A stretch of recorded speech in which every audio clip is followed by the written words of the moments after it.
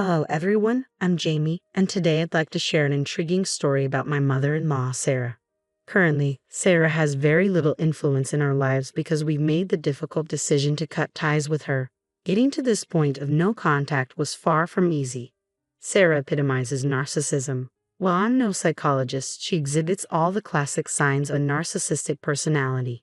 To put it bluntly, Sarah is self-centered and thoroughly unpleasant, always prioritizing her own needs above all else. In stark contrast, my husband Paul embodies everything she is not. I believe this difference largely stems from his upbringing, as he was primarily raised by his father after his parents' divorce when he was young. Tragically, he only reconnected with Sarah after his father passed away from a terminal illness. From the stories Paul has shared, it's clear that Sarah is excessively controlling and manipulative. He once confided in me, "Jamie, my mom demands so much from me. She feels entitled to everything I have and expects me to take care of her forever." He recounted how she used to take his entire paycheck when he started working during school. For years, Paul thought this level of control was normal, but I knew it wasn't healthy. "You were essentially enslaved," I told him. "You worked while she lounged around in her apartment. You need to make some serious financial changes." "I know," he replied, his frustration evident. "I've tried talking to her, but she always guilt trips me about abandoning her or leaving her to fend for herself. I even suggested she find a job, but she refuses to listen." Paul struggled with his student loans while financially supporting Sarah, who had stopped working when he was just 17. The same year he landed his first job. From that point on, he became the family's primary breadwinner, isolated from their extended family and completely under Sarah's strict control. He had no friends because she didn't allow it, and he could barely afford a phone. When Paul went to college, he was introduced to a whole new world, despite Sarah's attempts to keep him from attending. It was there, away from her overwhelming influence and among diverse people, that he finally recognized how abnormal his upbringing had been. 3 years into our relationship, I felt compelled to confront him about it. "Paul, your mother has been emotionally abusive towards you. She's manipulated you for years and squandered the inheritance your father left you. Why do you continue to support her?" "What can I do, Jamie?" he replied, his voice heavy with resignation. "She's still my mom. After years of hearing that she deserves my money, it's hard to break free. I can't cut her off entirely. She's the only family I have left apart from you." "I understand that," I said gently, "but you need to reconsider your situation. You're drowning in debt. How much longer can you keep this up?" Paul didn't have an answer. He realized that continuing to support Sarah meant he'd never escape his financial burdens, which made me question our future together. I was acutely aware that Sarah could become a significant obstacle, potentially trying to stake a claim on everything we owned. She already resented our relationship, saying things like, "Don't think you can take my son and his money. I'm his mother and the only one who deserves his things. You're just a gold digger trying to steal him away." "You need to stop relying on Paul," I retorted. "He's an adult, and so are you. You're perfectly capable of taking care of yourself." "Shut up, girl. Don't tell me how to live my life. I won't lose my lifestyle to someone like you. Paul will always be under my control, and I'll make sure of it," she snapped back, her words piercing but failing to intimidate me. Unlike Paul, I had a strong backbone and a knack for subtle revenge, which empowered me to handle Sarah without letting her harm us too deeply, even if I often endured her insults. As time went on, I found Sarah increasingly bearable. Both Paul and I completed college. I began working at a studio, while Paul secured a fantastic position as a graphic designer. Despite his challenging upbringing, he was a dedicated student who achieved significant success. However, Sarah continued to exploit his finances without remorse. When Paul and I got engaged, Sarah was furious. She accused him of marrying a gold digger and expressed her worries about her own welfare. "How can you even think of getting married now? You still need to take care of me. This would be a terrible financial decision." "Mom, I'm already taking care of you, and getting married won't change that," Paul reassured her, but Sarah remained unconvinced. "But your wife will take all your money. You'll have nothing left for me. She doesn't earn much, and her mother is no help either. They'll just become a burden to you." "Excuse me, but my mom and I can manage perfectly well on our own." "We don't need to rely on your son," I interjected calmly, though her accusation stung. I held back the urge to tell her that she was the real financial burden. I knew that would only spark a pointless argument. I preferred to maintain the peace. Sarah saw my silence as an opportunity to further insult me and my family. My family, valuing respect and dignity, chose not to retaliate against her barbs, opting not to stoop to the level of arguing with a narcissist. Despite Sarah's attempts to sabotage our wedding plans, Paul managed the situation well. Although it frustrated him, he couldn't bring himself to completely sever ties with her. After our wedding, we settled into our new home. The specifics of how we acquired the house aren't relevant right now, but when Sarah found out, she was livid. She called me seething. "So, you've already started messing with my son's money? Buying expensive houses without even discussing it with me?" "I have no idea what you're talking about, Sarah. Besides, how Paul and I manage our finances is none of your business," I replied, standing firm. I cut the conversation short, replying firmly. Sarah's resentment was palpable. "You think you can live in a big house while I'm stuck in this small rented apartment? Mark my words, Jamie, you won't enjoy my son's house alone." At the time, I brushed off her threats. She had a knack for making dramatic statements, and I had learned to ignore her, refusing to give her the reaction she craved. That was until one day when something alarming happened. While I was at work, my mom called, sounding puzzled and concerned. "Jamie, why is your stuff at my house? Did something happen with Paul?" "What are you talking about, Mom? Nothing is wrong between us." "How do you know it's my stuff?" "The moving guys told me your name," she explained.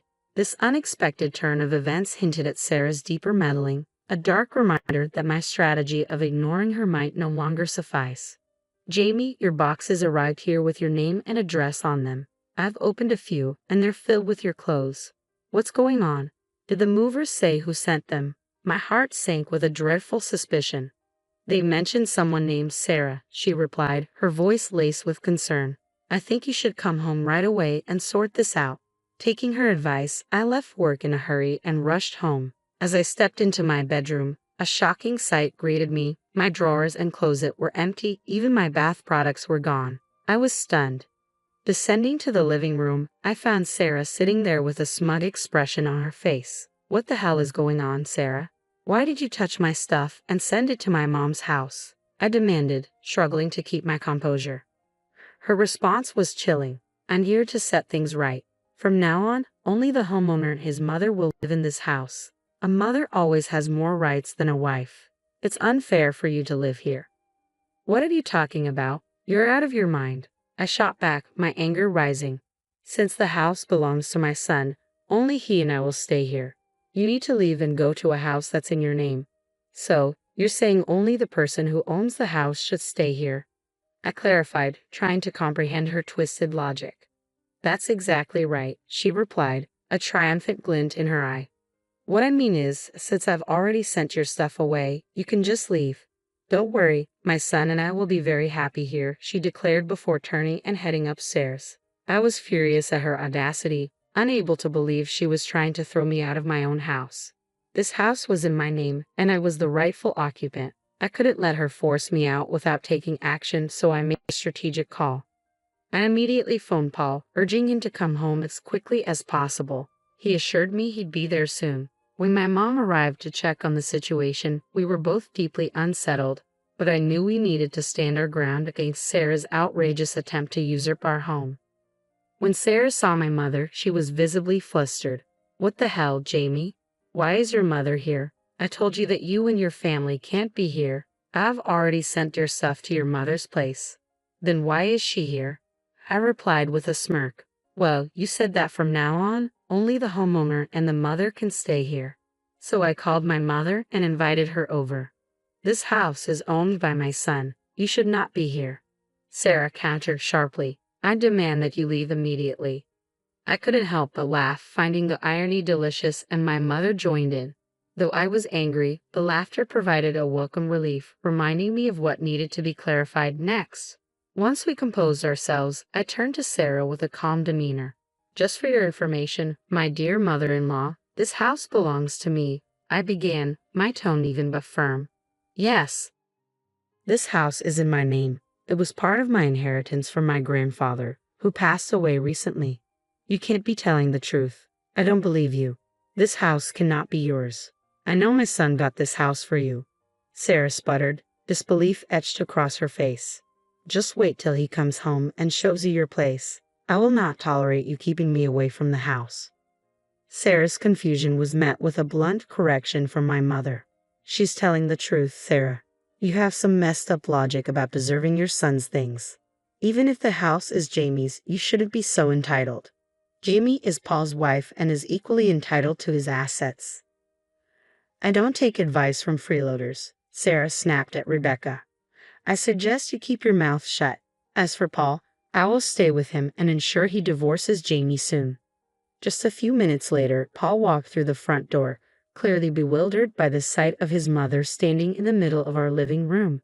He looked even more puzzled to see my mother, whom I hadn't told him I invited over. Hey, guys, what's going on here? He asked as he entered. Jamie, you told me to come home soon. Has something happened? Something has happened, Paul. Your overbearing mother and her mother are trying to take over your house, Sarah declared dramatically. Paul, taken aback, responded firmly, Mom, what the hell is going on? Why would you disrespect my wife and her mother? They're right here. He then turned to me, giving me the floor to explain. Let me tell you what happened. I began, ready to unveil the absurd scenario Sarah had orchestrated. Paul stood in the middle of our living room, utterly stunned as he processed what I had just explained. Oh my God, are you serious? Mom, did you pack up Jamie's belongings and send them to her mom's house? Did you come into our home and move our things? Who gave you the right to do that? I'm just trying to help you, Sarah protested, feigning innocence. You need to reconsider your marriage. I've been telling you not to tolerate her freeloading behavior. Trust me, I can find you a better wife. Mom, I've told you so many times not to interfere in my marriage. Why are you still doing this? Paul's voice was firm, his frustration clear.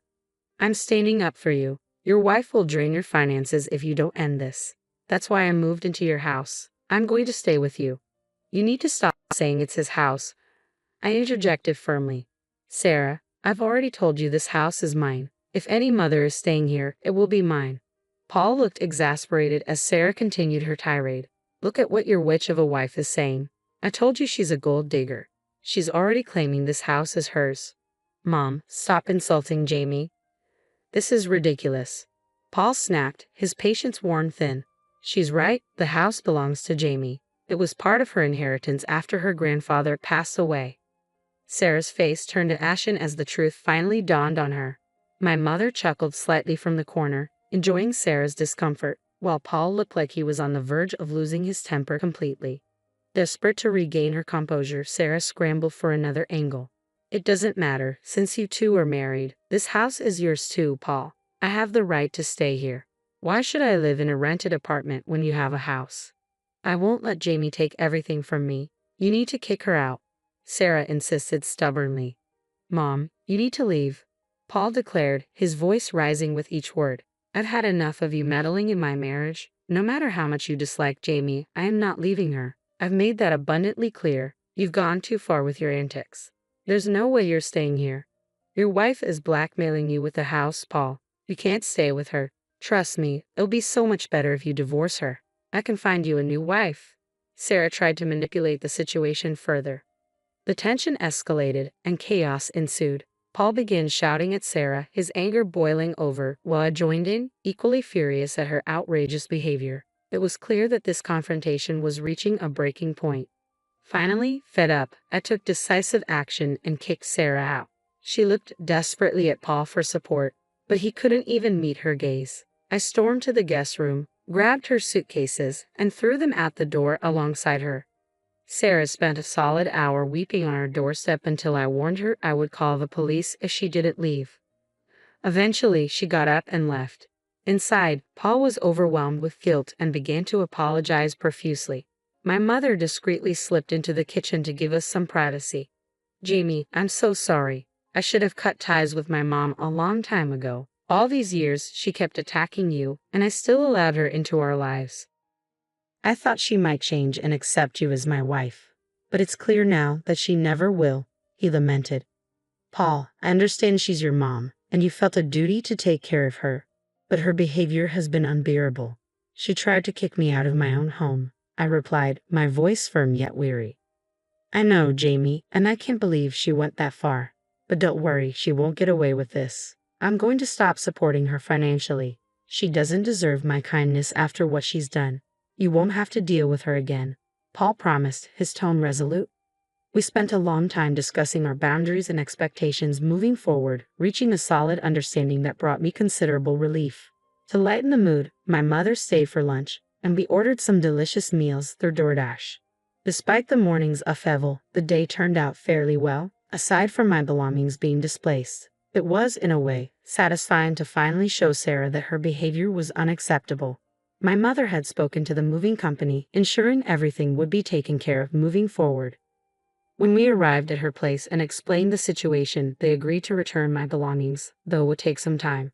In the meantime, Sarah didn't stop her attempts to stir up trouble. She bombarded Paul with calls and sent me a barrage of texts, accusing me of controlling him and forcing him to cut her off. I shared all her messages with Paul, who was livid and found himself in several heated exchanges with his mother over the following days. It felt like we were trapped in an endless cycle of chaos. That cycle finally broke when we decided it was time to take legal action. We reported Sarah to the police, pressing charges for trespassing, theft, and harassment.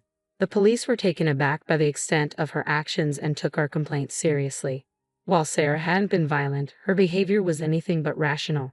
After the incident, we informed Sarah about the police report and had our lawyers begin the process of obtaining a restraining order. However, this didn't deter her. She showed up at our house, furious and unapologetic. How dare you file a police report against me? I'm your mother, and I deserve respect. Paul, you can't do this to me, she screamed. I'm done being quiet. What you did was a criminal offense.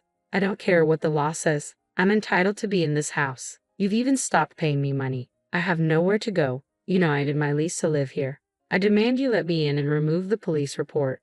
That will never happen, Mom. Besides, you don't deserve my money after trying to destroy my marriage, Paul replied firmly. Sarah, you need to stop shouting at our door. We decided that only the homeowner and her mother will stay here from now on. Since you are neither, you need to leave. My words pushed Sarah over the edge, causing her to have a breakdown right on our doorstep. Neighbors began peeking out of their homes, drawn by the commotion. At one point, a neighbor approached our front door to ask if he should call the police, but when Sarah lunged at him and shouted, he didn't hesitate to dial 911, letting them hear her outburst. My mother-in-law continued her tirade until the police arrived and arrested Sarah. This unfortunate spectacle provided us with the necessary evidence to secure a restraining order, especially since Sarah had also been harassing my mother. Then Paul suggested a surprising solution. Jamie, I think we should let your mom stay with us for a while, he proposed. Sarah knows her address and won't stop harassing her. She's becoming increasingly unhinged, and I'm worried she might escalate her behavior. It would be safest if Rebecca stayed here. Are you sure about this, Paul? I don't want you to feel uncomfortable with her living here, and I don't think Mom would want to impose. I responded, concerned about how the dynamics might affect him. Paul assured me, I feel bad for Rebecca, and it's the right thing to do. I don't mind at all. It's better for everyone's peace of mind if she stays with us for now. I know Rebecca is a reasonable person, Jamie. I'd have no problem with her staying here. She's very respectful of our boundaries. That joke between us brought out a hearty laugh, lightening the mood despite the circumstances. I could see that Paul was still struggling with the fallout from his mother's actions, but he was earnestly trying to distance himself from her toxic influence.